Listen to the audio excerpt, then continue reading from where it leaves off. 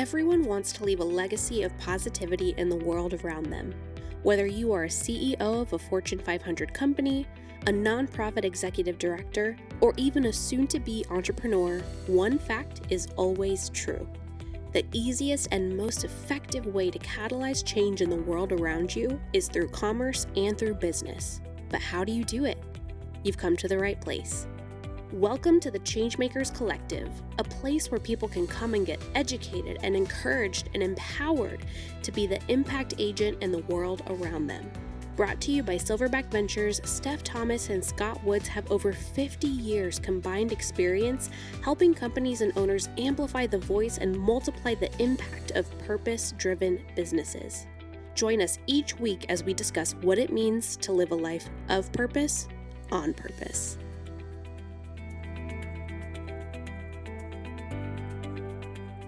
Welcome back to the Changemakers Collective. We're continuing our conversation around how to supplement your staff as an organization. We talked about interns. We talked about volunteers. Today, we're going to talk about what it means to have a board, what it means to be on a board, and how do you kind of evaluate what each of those roles means. So we did part one, intern. Part two, volunteers. Part three is your board. Yes. I'm Stephanie. I'm Scott. And welcome back. We are super excited to have you guys here. Super grateful to have an opportunity to kind of talk about this stuff because as you grow your impact business, especially if you're a nonprofit, you're required as a nonprofit to have a board of directors. Most nonprofits, when they get started, have a board of friends and family. As you continue to grow, you realize that your friends and family were great cheerleaders, but aren't great multipliers. Okay, before we go on anywhere else, we have this conversation all the time. Do you have an advisory board, an active board, or both? Yeah, and a lot or a governance of board. times, Yep. people will say, man, I just can't get my board to do anything. Yeah. And again, I think it goes back to when you start. When you start, you're in its truest sense, and we've talked about this, how to form a company, you literally are filling out a form that says, who's your board of directors? Right. And very often, if you haven't spoken with us and you're going at this blindly, you're like, I don't know, who am I going to put down as my board of directors? I'm just going to pick my family and my mother and my wife and my husband, whatever. My cheerleaders. Yeah. As you mature as a business, having a board of gap fillers is how we just talked about it. We just got done having an amazing conversation with nonprofit leaders here in the Charlotte market through a new bank partner of ours, Oakworth Capital Bank. Did a phenomenal job of curating a group of individuals to come together and talk about what it means to create a culture of excellence in your board. Just shameless plug. Oakworth is at South Park in Charlotte, North Carolina. Fantastic culture. Spectacular team. Fantastic culture there. And I think when we talk about a board, whether you're forming a board for your own organization or you're looking to participate in a board, understanding and creating a culture that marries your individual values and your support of the mission and vision of the organization together with the organization's mission, vision, and values is the foundation. Okay, Scott. You cannot do it well if you don't have shared values. So I took a program through Paradigm 360 with Christina Lee and Dr. Yvette Hall, and they use the Leadership Challenge, which I am certified to do. Spectacular thing. But in the Leadership Challenge, it talks about inspiring a shared vision. But you actually have to have a vision, and then your board has to hold on to that and help you walk that vision out. So they help you with your boundaries, so to speak. Yeah, I mean, I think we talked about internships and how they can provide value to your organization and how as an intern you can provide value to an organization. We talked about volunteers and how to cultivate and utilize your volunteers in the most effective and efficient and caring way. It goes the same way with your board. Being able to, and we're going to make the assumption that you have a clarified vision that you can share readily with everybody. How do you utilize your board to fill gaps? We talked about it with interns. We talked about volunteering. you're going to have in your organization as it grows certain areas where you don't have expertise. Mhm. We, No, as you Silverback, should. yes, yes, You yes, should have people on your board where you are not correct, already the subject matter expert. correct. And that's why it's important to have a diversification of backgrounds and beliefs so that there is collaboration leading to innovation and leads to what? Transformation. So when you have, if you're a nonprofit, it would be beneficial to have somebody on your board that is fluent in fundraising and somebody who is fluent in legal matters, somebody who's fluent or has a background in finance, somebody has a background in operations, so that when you're having productive board meetings, you can ask for their expertise. They're there to give it to you. For-profit boards, and I think this is an important distinction, when you hear about people being on the board of a Fortune 1000 company, they're getting paid for their expertise. Yes. If you're on the board of a nonprofit organization, you cannot, by law, get Pay paid them. to be in that Right. position. So it is fundamental and foundational that somebody who is volunteering to be on your board is just that, volunteering. They're wanting to share their expertise because you as the leader have given them a compelling reason to do so. You've said, this is what problem we're trying to solve. This is how we're going to do it. And I could use your expertise in whatever the case Okay, may so be. let's talk about that before you move on. I think that's a very good point because often, frequently, Mm. people will say, well, I want to give back and I want to be on a board. Mm-hmm. How do I find the board to be on? We actually were working with Town Bank, Mm-hmm. and they want to have a program where they sit down with people that want to be on a almost board. like a speed dating program. Right. Another great bank here in town and in the Virginias. And obviously, this sounds like a shameless plug for both these banks. They're doing this well. I think one of the things that we as Silverback Ventures pride ourselves in is finding multiplication and amplification partners, people that share our values of purpose before profits. Right. We want people that are going to be trying to change the world and trying to help organizations that are changing the world. We don't get any kind of anything from any of these No. banks other than we can go to them and say, hey, what do you think? They're But our board of directors as well. They help share us. a value of collaborate.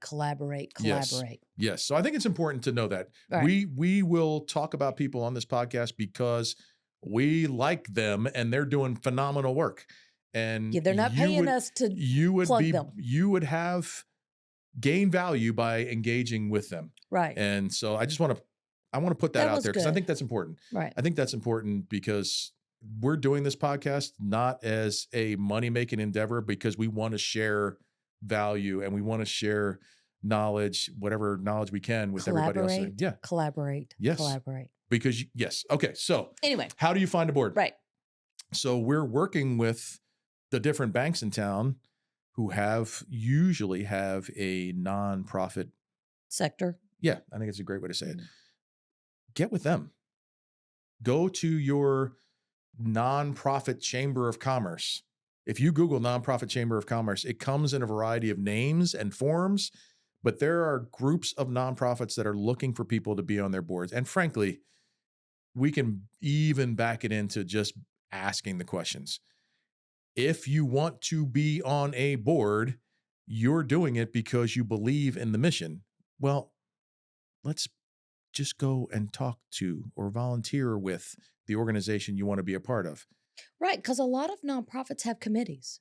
You Yeah. work on a committee for a little while. The vast majority of nonprofits get their board members from volunteers. Absolutely. We don't want to make things ever more complicated than they need to be.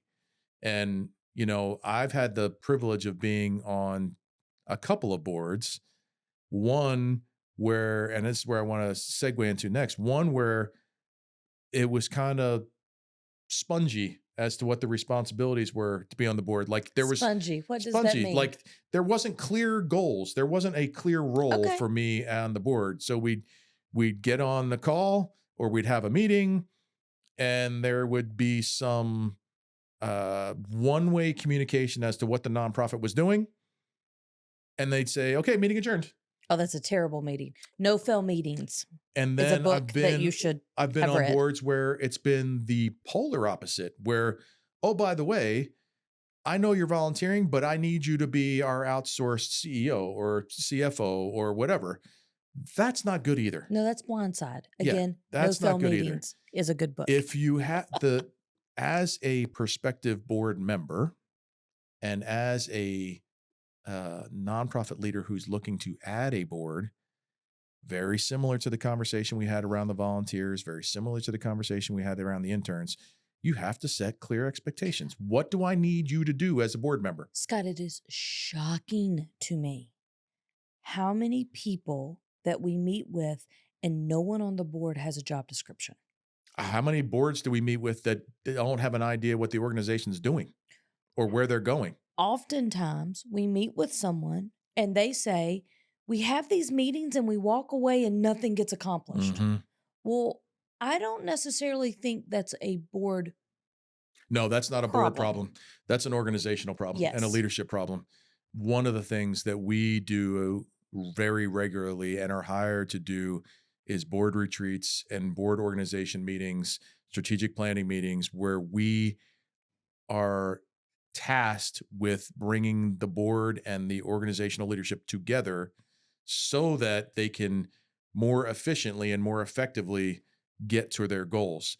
And the only way to start that conversation is around clarity of where you're going, clarity of vision, and clarity of expectations. And once you get past those two things, then you now have a group of people with expertise that you would never be able to afford to pay for that are going to be in your corner to help you do what you do better. Well, okay. And so kind of the same thing. They have board members. The board is not really engaged. We talk through what the board members needed. But if you're not talking about what each board member brings to the table, you miss an opportunity of who Yes. else do you need on your board? Yes. Most businesses don't fail because of lack of capital. We've all heard the statistics around more than 50% of businesses fail within the first 5 years, 80% or whatever the numbers are. Most businesses, startups fail. That is not because you don't have money. That's because you don't have clarity. Right. You don't know where you're going. You don't know what problem you're going to solve. You don't know how to do what you're setting out to do. The most important thing you can do as an organizational leader right now is to ensure that every single person, from the lowest part-time employee that's working 1 hour a week and getting paid minimum wage, all the way up to your C-suite, and inclusive of your board, and inclusive of your volunteers, and inclusive of your interns, knows exactly where you're going and why you're going in there. This is why that's important. And we ask this all the time.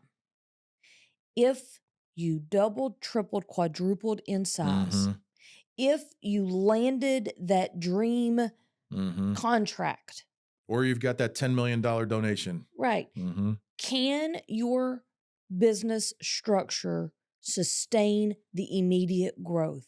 And when people don't have job descriptions, 3 or 4 things happen. The first one is everybody is running around because Mhm. they're all trying to be helpful, which is fine. But if you are being helpful in the wrong lane, you are causing confusion. The second thing That's is correct. if everyone does not have now people can know their job and help out in areas, but if everyone doesn't have a job description or an expectation, you don't know who to hire. So I don't know that That's correct. Tom Joe is working 80 hours already. And now that we've scaled our business, Tom Joe can't work another 80 hours. That's correct.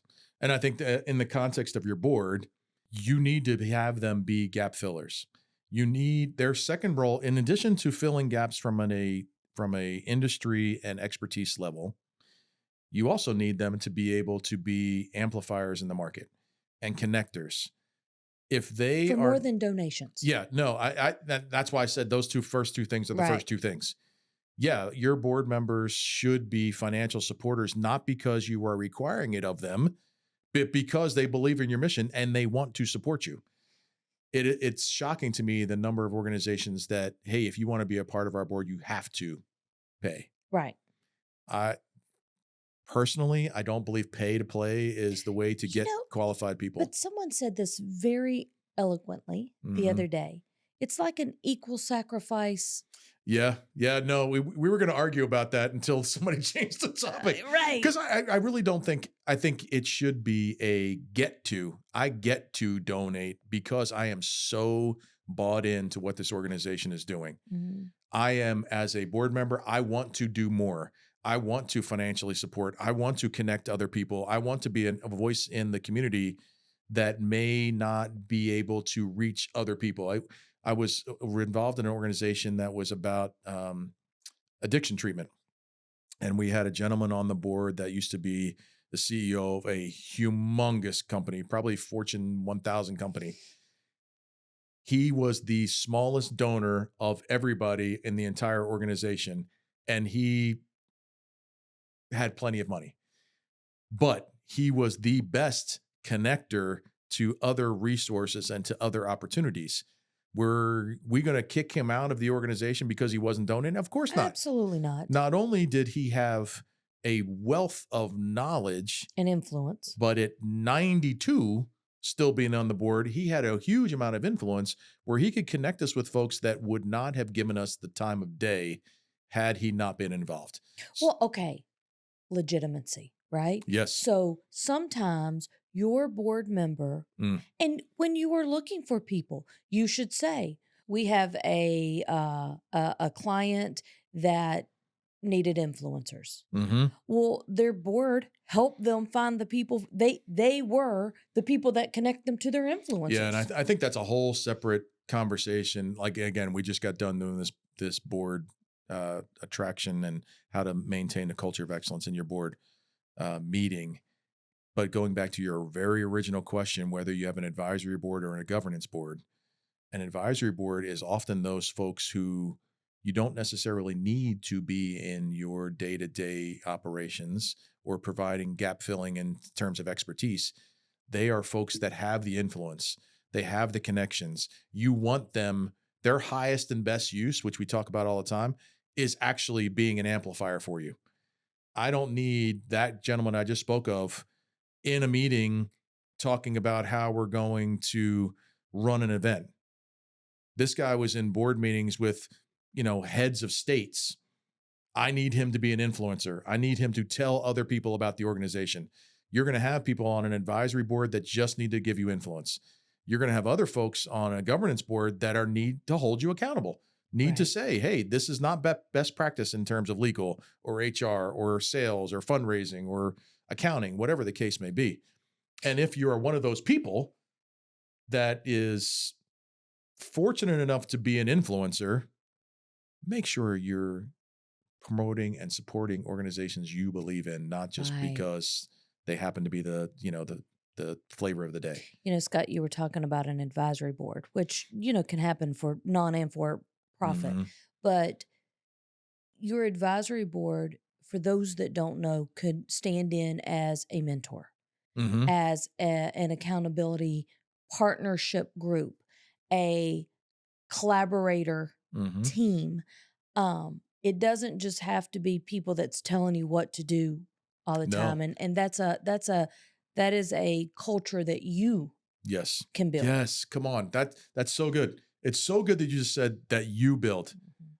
You as the organizational head are in charge of creating that culture of how the board's going to get involved. If you're a nonprofit, there needs to be governance where the nonprofit manages the executive director and the executive director manages everybody else. So there is some accountability that you have to have as the executive director of a nonprofit to your board. However, you kind of get to choose who those people are. Don't get softies that are going to just tell you be your yes person. Right. That's truly not a good board. Right. Come on. This comes back to, are you trying to solve a problem? Right. And if you are, you don't want to misstep. You don't want to do the wrong thing as the executive director. We have this conversation all the time. We don't want to get to the end of our organization and go, we had an opportunity and we didn't take it. Right. Because we didn't know. Right. We want to have people around us on our board that are going to say, hey, Scott and Steff, how come you didn't do that? You should be doing this. You should be doing this. Okay. But so part of one of the things that we talk to people about is, what's your culture? And people have this big, broad stroke. Okay, it boils down to what is your belief and value system, and how does that present? Guides the way people show up to work every day. Right. So if you are sitting on the board or you are inviting people onto your board, you've got to ask questions about what their belief and value systems are and what they've been a part of, because they can't give you good direction if their belief and value system opposes the belief and value system of your company. And the same is true if you're looking to be on a board and give back. Right. It sounds so simple when I say it out loud. It's almost like I don't want to feel like I'm talking down to everybody, but you need to be a part of the organization. You need to understand the organization's culture. You need to understand what problem they're trying to solve. You need to understand what their vision and values and culture are. And if all a thumbs up after that, then you have a conversation with the executive director and say, how can I help? Right. For 2 seconds. If you're sitting on a board. Okay. If you're sitting on a board. Sorry. Keep you going. can quit or be fired. Yes, you can. That's a true statement. That's a true statement. And I think that, as we started it out, okay, benefits of joining a board. Okay. If you are sitting on the board and you are not of value, I think you owe it to the company to first talk about, hey, do our values still align with each other? Yeah. And if not, it's okay to say, it's time for me to go. Right. Or maybe you shift from being on the governance board to the advisory board. Well, that's a good point. So let's think about, and as we wrap up, about the timing, right? How long should you be on a board? Most boards will have a rolling, usually 2-3 year term. 3 years. We've heard recently somebody that they change out their entire board every year. Yeah. That's hard, a lot. right? That's hard. Right. I mean, you think about government. There's a reason why we don't change out politicians every year. Right. It allows for there to be influence and growth and policies and changes to be made. You can't cram that all into a year. Right. It's not healthy for the organization. It's not healthy for the people involved. So as you are thinking about either being on a board or creating a board or changing your board bylaws, make sure you're cognizant of the fact that you're giving the people on your board not only clear expectations, but also the time and ability to do what you're asking them to do. Right. I think being on a board of a nonprofit is spectacularly rewarding if it's done well. Incredibly frustrating. Yeah. As an individual that wants to give back, be humble enough to say this isn't a good fit. Right. And as somebody you're hiring, somebody who's hiring a board, be okay with saying, hey, you're my best friend, but I don't need you in that capacity. 3 parts: internship, volunteers, and board. Make sure you check out all of those. And as you continue to live a life of purpose, on purpose, this is Silverback Ventures. Have an amazing, amazing afternoon.